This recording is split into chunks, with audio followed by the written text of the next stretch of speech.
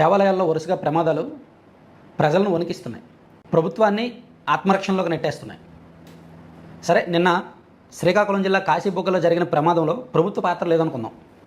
కానీ ఒక private bus దగ్ధమైనప్పుడు, ఒక ప్రైవేట్ స్కూల్లో ప్రమాదం జరిగినప్పుడు, ఒక ప్రైవేట్ హోటల్లో ఎక్కడో ప్రమాదం జరిగినప్పుడు, ఒక ప్రైవేట్ స్పేస్లో ప్రమాదం జరిగినప్పుడు ప్రభుత్వానికి సంబంధం లేదు అని చేతులు దులిపేసుకోగలరా?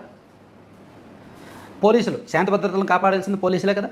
అక్కడ వేల మంది గుమిగూడి ఉన్నప్పుడు పోలీసులు ముందస్తు జాగ్రత్త చర్యలు తీసుకోవాలి కదా. ప్రతి శనివారం అక్కడికి వేలాది మంది వస్తున్నప్పుడు ఖచ్చితంగా శుద్ధ ఏకాదశి రోజు భారీ సంఖ్యలో జనం వస్తారని ముందుగానే అంచనా వేసుకొని పోలీసులు ముందస్తు జాగ్రత్తలు తీసుకోవాల్సిందే. ఎందుకంటే రాష్ట్రంలో పరిస్థితులు బాలేవు. ఆల్రెడీ ఈ సంవత్సరం జనవరిలో వైకుంఠ ఏకాదశి సందర్భంగా, వైకుంఠ ద్వార దర్శనం సందర్భంగా తిరుమలలో ఒక తొక్కిసలాట జరిగి 6 చనిపోయారు.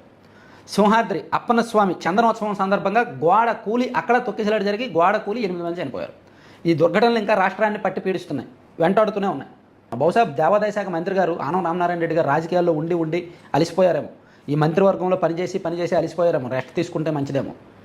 ఎందుకంటే దేవాదాయ శాఖ నిర్వహణ బాలా, నిర్లక్ష్యం, అడుగడుగునా నిర్లక్ష్యం. ప్రమాదాలు జరుగుతుంటే ప్రమాదాల దురదృష్టకరము, మేము తీవ్రంగా ఖండిస్తున్నామని ప్రకటనలు ఇవ్వడం వరకే పరిమితమవుతున్నారేమో.